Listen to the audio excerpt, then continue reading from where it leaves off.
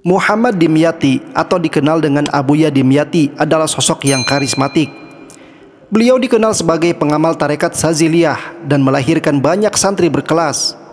Mbah Dim begitu orang memanggilnya.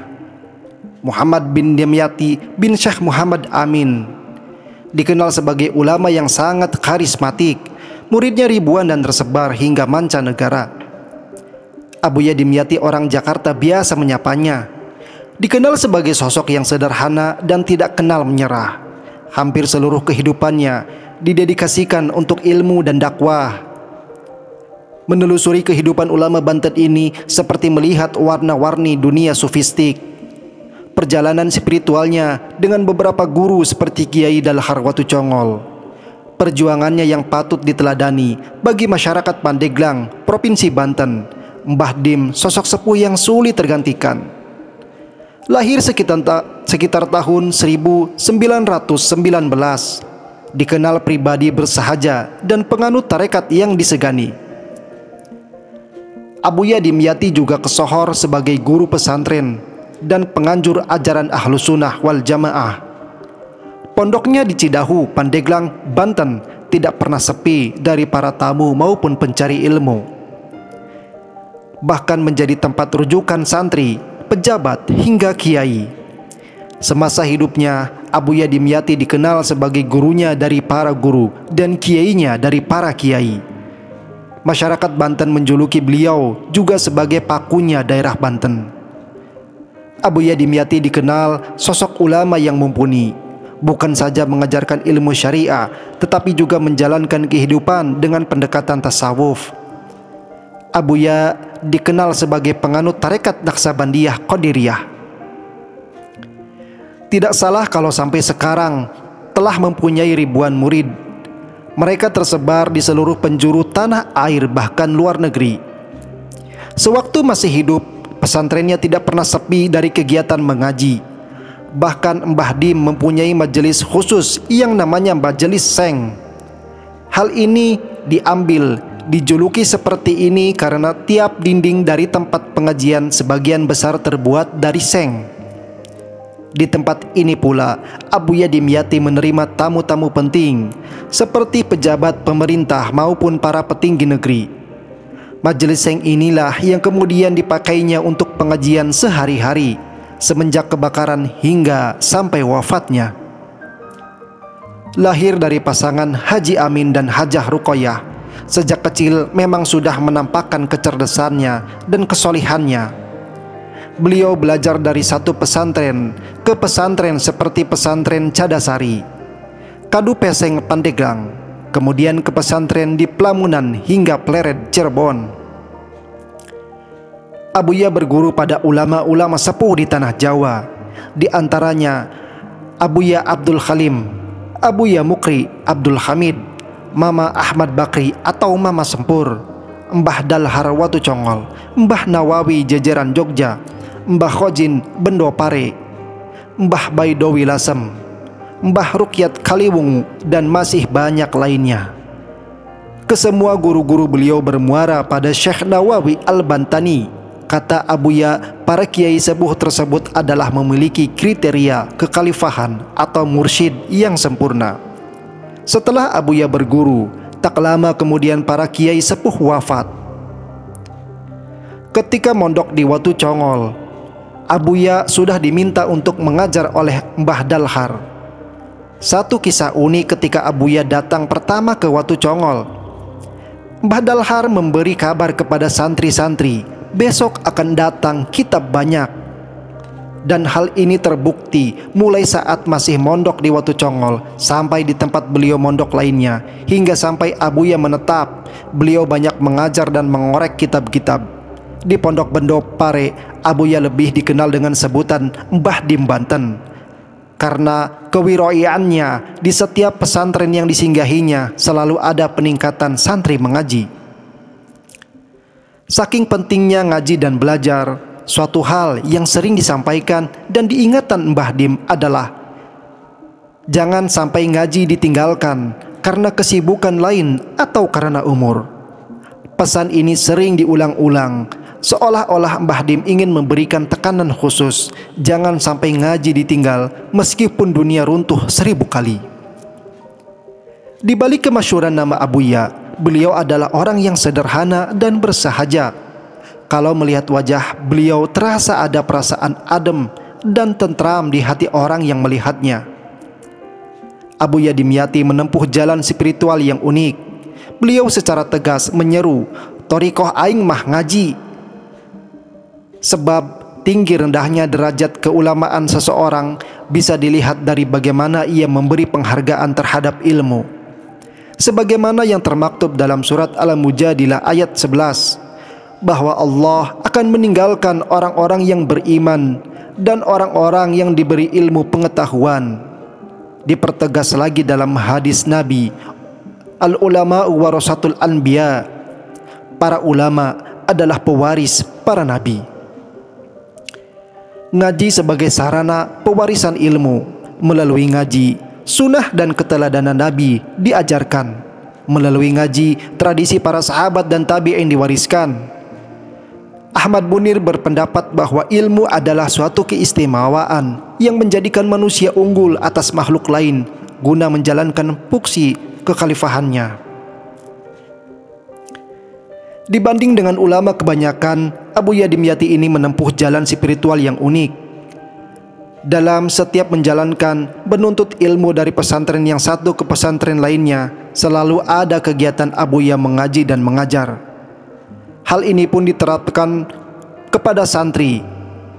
Dikenal sebagai ulama yang komplit karena tidak hanya mampu mengajar kitab, tetapi juga dalam ilmu seni kaligrafi atau khat. Dalam seni kaligrafi ini, Abuya mengajarkan semua jenis kaligrafi seperti khufi, sulus, diwani, diwani jalli, naskhi, dan lain sebagainya. Selain itu juga sangat mahir dalam ilmu membaca Al-Quran. Bagi Abuya, hidup adalah ibadah. Tidak salah kalau Kiai Haji Dimyati Kalibungu, Kendal, Jawa Tengah pernah berucap bahwa sebelum pernah seorang kiai yang ibadahnya luar biasa. Menurutnya, selama berada di Kaliwungu tidak pernah menyia-nyiakan waktu. Sejak pukul 6 pagi sudah mengajar hingga 11.30. Setelah istirahat sejenak selepas zuhur, langsung mengajar lagi hingga asar. Selesai sholat asar, mengajar lagi hingga maghrib. Kemudian wirid hingga isya. Sehabis itu mengaji lagi hingga pukul 12 malam. Setelah itu melakukan qiyamul lail hingga subuh. Di sisi lain ada sebuah kisah menarik. Ketika bermaksud mengaji di Kiai Haji Baidowi Lasem, ketika bertemu dengannya, Abuya malah disuruh pulang. Namun Abuya justru semakin menggebu-gebu untuk menuntut ilmu. Sampai akhirnya kiai karismatik itu menjawab, "Saya tidak punya ilmu apa-apa." Sampai pada suatu kesempatan, Abuya Dimyati memohon diwarisi thariqah. Kiai Haji Baidowi pun menjawab, "Mbah Dim, zikir itu sebuah termaktub dalam kitab. Begitu pula dengan salawat. Silahkan memuat sendiri saja. Saya tidak bisa apa-apa. Karena tarekat itu adalah sebuah wazifah yang terdiri dari zikir dan sholawat." Jawaban tersebut justru membuat Abuya Dimyati penasaran. Untuk kesekian kalinya dirinya memohon kepada Kiai Haji Baidowi. Pada akhirnya Kiai Haji Baidowi menyuruh Abuya untuk sholat istikharah. Setelah melaksanakan sholat tersebut sebanyak 3 kali, akhirnya Abuya mendatangi Kiai Haji Baidowi yang kemudian diizazahi thariqah as-Saziliyah. Mbah Dim dikenal sebagai salah satu orang yang sangat teguh pendiriannya. Sampai-sampai karena keteguhannya ini pernah dipenjara pada zaman Orde Baru. Pada tahun 1977, Abuya sempat difitnah dan dimasukkan ke dalam penjara.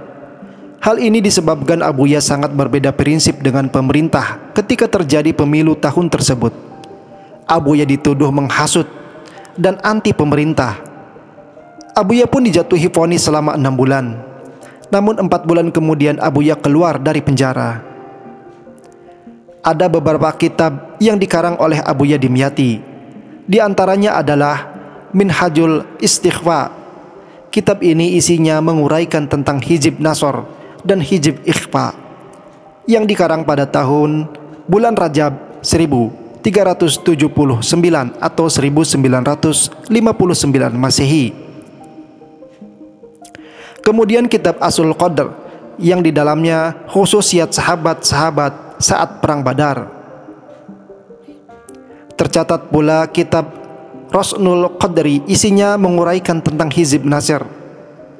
Rahbul Qur'i 1 dan 2 yang juga sama isinya, yaitu menguraikan tentang hijib nasr. Selanjutnya kitab Bahzatul Qalaid, Nazam Tizanud Darari. Kemudian kitab tentang tarekat yang berjudul Al-Hidayatul Jalaliyah, di dalamnya membahas tentang sarekat Saziliyah. Ada cerita-cerita menarik seputar Abuya dan pertemuannya dengan para kiai besar. Disebutkan ketika bertemu dengan Kiai Dahlar Watu Congol, Abuya sempat kaget. Hal ini disebabkan selama 40 hari Abuya tidak pernah ditanya, bahkan dipanggil oleh Kiai Dahlar. Tepat pada hari ke-40, Abuya dipanggil Mbah Dahlar. "Sampeyan mau apa jauh-jauh datang ke sini?" tanya Kiai Dahlar. Ditanya begitu, Abuya pun menjawab, "Saya mau mondok, Bah." Kemudian Kiai Dahlar pun berkata, "Perlu sampeyan ketahui bahwa di sini tidak ada ilmu. Justru ilmu itu sudah ada pada diri sampeyan. Daripada sampeyan mondok di sini buang-buang waktu, lebih baik sampeyan pulang lagi ke Banten. Amalkan ilmu yang sudah ada dan syarahi kitab-kitab karangan mbah-mbahmu, karena kitab tersebut masih perlu diperjelas dan sangat sulit dipahami oleh orang-orang awam." Mendengar jawaban tersebut, Abuya Dimyati menjawab, "Tujuan saya ke sini adalah untuk mengaji. Kok saya malah disuruh pulang lagi? Kalau saya disuruh mengarang kitab, kitab apa yang mampu saya karang?"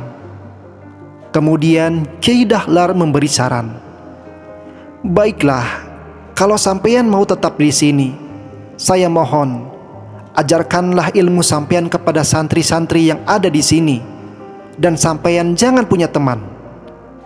Kemudian Kiai Dahlar memberi ijazah tarekat Saziliyah kepada Abuya.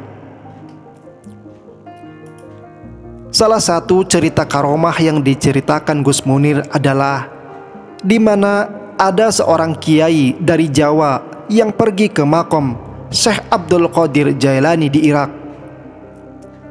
Ketika itu kiai tersebut merasa sangat bangga karena tak banyak kiai di Indonesia yang mengunjungi Irak. Paling jauh mereka ziarah adalah ke makam Nabi Muhammad SAW. Akan tetapi dia dapat menziarahi sampai ke makom Syekh Abdul Qadir Jailani. Ketika sampai di makom tersebut, maka penjaga makom bertanya kepadanya, "Dari mana kamu?" Si kiai menjawab, "Saya dari Indonesia." Maka penjaganya langsung bilang, "Oh, di sini ada setiap malam Jumat seorang ulama Indonesia yang kalau datang ziarah dan duduk saja depan makom, maka segenap penziarah akan diam dan menghormati beliau. Beliau membaca Al-Quran, maka penziarah lain akan meneruskan bacaan mereka." Maka kiai tadi kaget dan berniat untuk menunggu sampai malam Jumat agar tahu siapa sebenarnya ulama tersebut. Ternyata pada hari yang ditunggu-tunggu, ulama tersebut adalah Abuya Dimyati. Maka kiai tersebut terus kagum, dan ketika pulang ke Jawa, dia menceritakan bagaimana beliau bertemu Abuya Dimyati di makom Syekh Abdul Qadir Jailani. Abuya Dimyati meninggalkan kita semua pada malam Jumat Pahing 3 Oktober 2003 sekitar pukul 3 pagi. Umat muslim khususnya warga Nahdlatul Ulama telah kehilangan salah seorang ulama, Kiai Haji Muhammad Dimyati bin Kiai Haji Muhammad Amin Al-Bantani di Cidahu, Cadasari, Pandeglang, Banten dalam usia 78 tahun. Semoga amal ibadah beliau diterima oleh Allah Subhanahu wa taala. Semoga kesalahan-kesalahan beliau juga diampuni oleh Allah Subhanahu wa taala. Amin amin ya rabbal alamin. Sekian kisah dan perjalanan spiritual Abuya Dimyati.